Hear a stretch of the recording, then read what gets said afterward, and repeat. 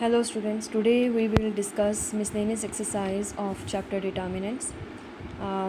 See, the first statement is prove that the determinant is independent of theta. Independent of theta means when you are expanding this determinant x minus sine theta cos theta, and here you have sine theta minus x and 1, and then cos theta 1 and x.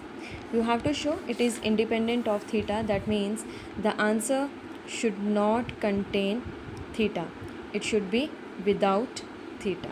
That's it, right? And if you notice, we are not getting, I cannot add any row to eliminate any term. I can even add or subtract any column also, because either we add or subtract any row or any column, we are not getting any zero over here, right? So you can expand the determinant straightforward along any row or column, and you will find that the answer is coming without theta. That is why I am not going to solve this. You have to just expand it and the answer will be without theta. Sum number 2 we will do. It is given without expanding the determinant, we have to prove. That means we are supposed to use only the properties. We cannot apply here the expansion of determinant, right?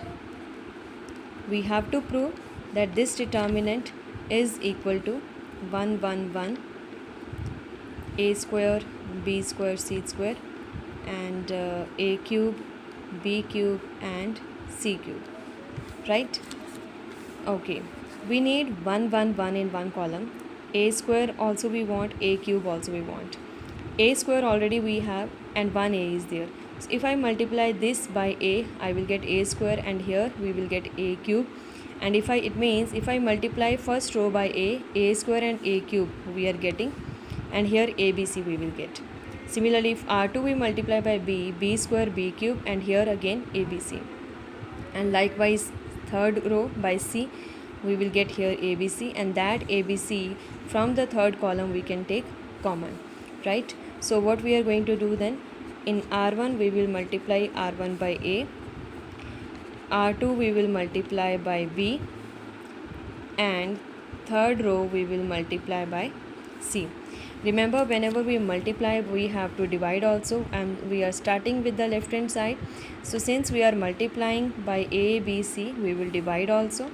Outside 1 upon ABC will come, and here we are getting a square a cube ABC, then b square b cube ABC, then c square c cube and ABC. Now third column is having ABC, so that ABC we can take common. When I am taking ABC common from the third column, that ABC is coming outside, and out here we have ABC in the denominator also. So we are getting a square b square c square, a cube b cube and c cube, and 1 1 1, right? So here ABC will get cancelled, and we want first column as 1 1 1. That means this should come here. A square b square c square terms should be in the second column, and a cube b cube c cube should be in the third column. So the next operation will be, we will interchange the columns twice, right? So here we will write down C2 interchange C3. When we do C2 interchange C3, I hope you remember minus sign. Whenever we interchange any two rows or any two columns, minus sign will come outside, and there is no change in the C1 column. Here 1 1 1, and here a cube b cube and c cube will come. Okay, a cube b cube c cube has come its place. 1 1 1 we have to bring here. Now the next operation will be C1 interchange C2. One more minus sign will come, minus sign, and here 1 1 1, a square b square c square and a cube b cube c cube. So it will become plus, and this is your required part that needs to be proved, right? So the sums are easy sums. The only thing is practice your properties, and then in the beginning, in few sums you will find how to do. You have to think of the property, what I can do, can I add, and getting some common element. If I subtract, am I getting some common element, or if I multiply any row or any column, then am I getting, right? So you will be able to do. The next sum number 3, evaluate, means you have to solve it, and you can use the properties here, right? And you have to get the answer of the theta. Clear? Sum number 4 is important sum. We will do this now.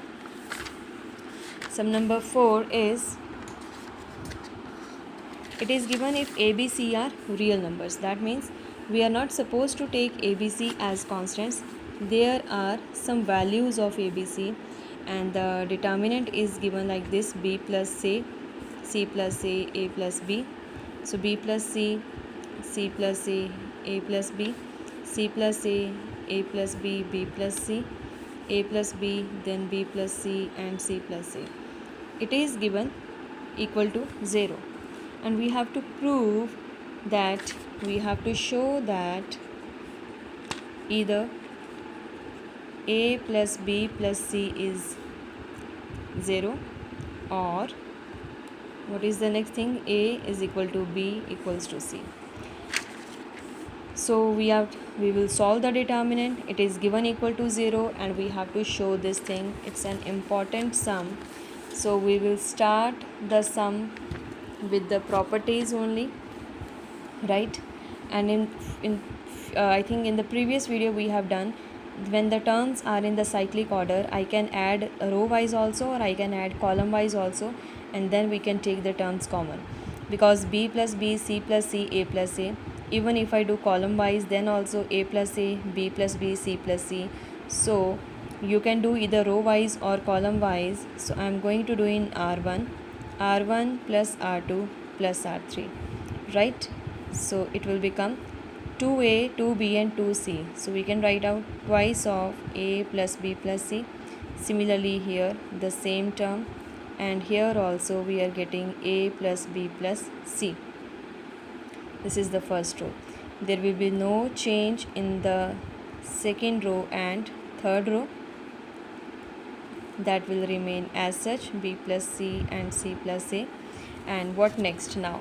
The first row is having the element this, that element we will take common, and remember it is given equal to 0, right? So we are taking this 2 times a plus b plus c common, and here we will be left with 1, c plus a plus b, here also 1, and the third column also 1, b plus c and c plus a. Again it is equal to 0. Now we are getting the first row as 1 1 1, and we have done in few sums, whenever I am getting 1 1 1 either row or column, we will try to make 2 ones as 0. How will we do? We will make this one as 0 by this minus this. So now when the row is 1 1 1, we will subtract column wise. So here we will do c2 column minus c1 column, and c3 column minus c1 column. This term we have taken common, we will keep it as such. And if you notice, a plus b plus c, we have to prove either a plus b plus c is equal to 0. So these two terms are in product. Either part, one part has come, the other part now we have to find. Definitely 2 can't be 0. So either this will be 0 or the determinant is 0, right? So we will keep this twice of a plus b plus c as such, and here we are going to apply the operation in c2 minus c1, and in c3 also c3 minus c1, right? So first column there is no change, 1 minus 1 0, a plus b minus c minus a and a cancel, we will get here b minus c, here b will get cancelled, and we are getting c minus a. Similarly 0, b plus c minus a, we are getting b minus a, and c plus a minus b, that is c minus b, right? And definitely it is equal to 0. Now if you can take anything common, you do, otherwise we will just expand. In R2 nothing is common, in R3 also we cannot take anything common. So if you want, we will expand here, expanding along R1. This term twice of A plus B plus C is as such only, and when we are expanding here we will get B minus C into C minus B minus B minus A into C minus A. Okay, and this term is equal to 0. Now, so this is twice of A plus B plus C, and here we will multiply B minus C. If I take minus sign common, we will get B minus C whole square, so minus sign outside, or ultimately we will be subtracting only. So if you want, you can do multiplication. It will be BC minus B square minus C square plus BC. This will be minus BC plus AB, then plus AC, and minus A square is equal to 0. Right? So this is twice of A plus B plus C, and here what we are getting, 1 minus BC plus BC will get cancelled. Right? So the terms that we are getting here, AB plus AC plus BC minus A square minus B square minus C square is equal to 0.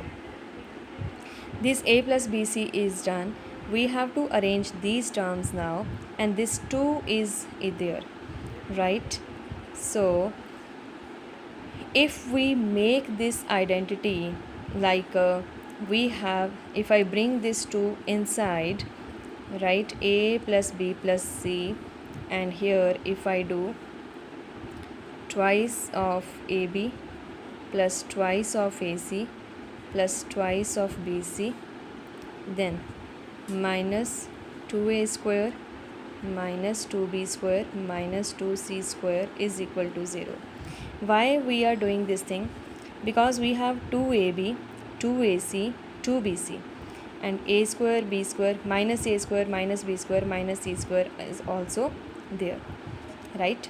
So what we can do here, I can write it as minus A square, minus A square, minus B square, minus B square, and minus C square, minus C square.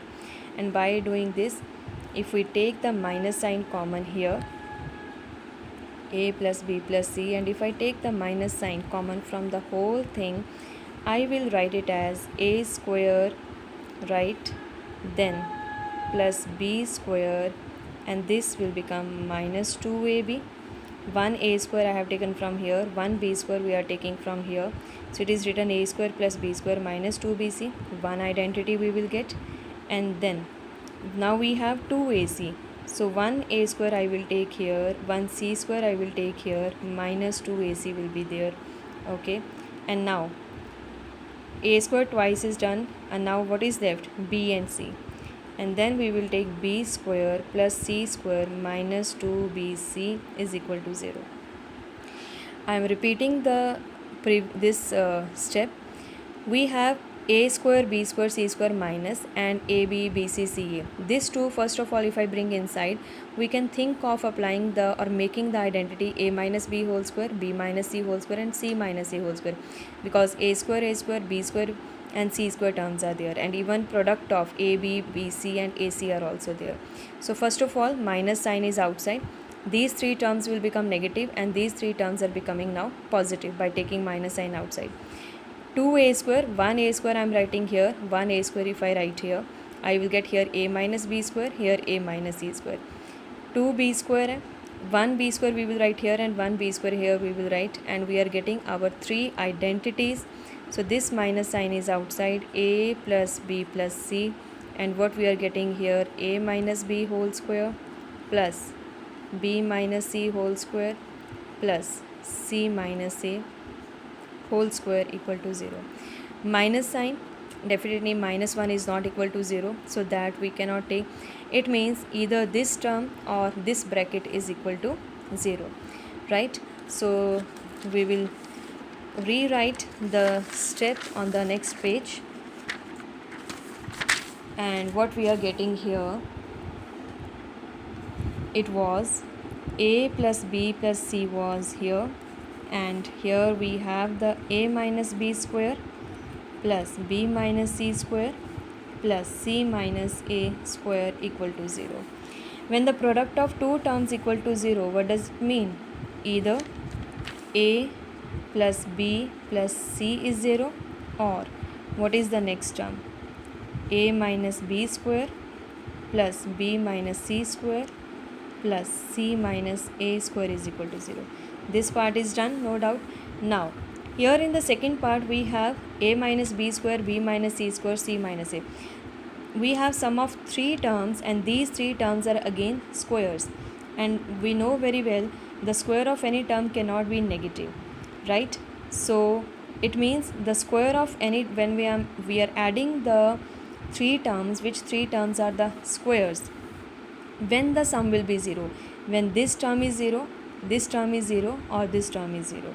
Otherwise we will never get the sum of the squares of three terms equal to 0. I hope this point is clear. This is an important step. So here it means this, either a minus b is equal to 0, or b minus c will be 0, right? Or not even or, and will come, because only then we will get 0, and c minus a equal to 0, because this thing is possible only if this term, these three terms are 0. And if a minus b is equal to 0, what does it mean? It means a is equal to b, and here b is equal to c, and here c is equal to a. So this is the second part. Therefore what we will write down, given result is true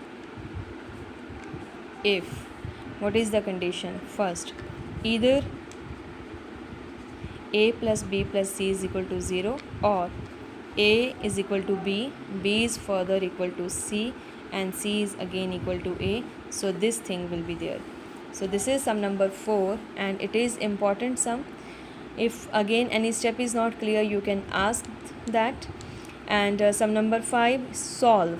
Solve means a is given non-zero, it means a is a real number. Here you have to find the value of x. You use the properties and get the value of x.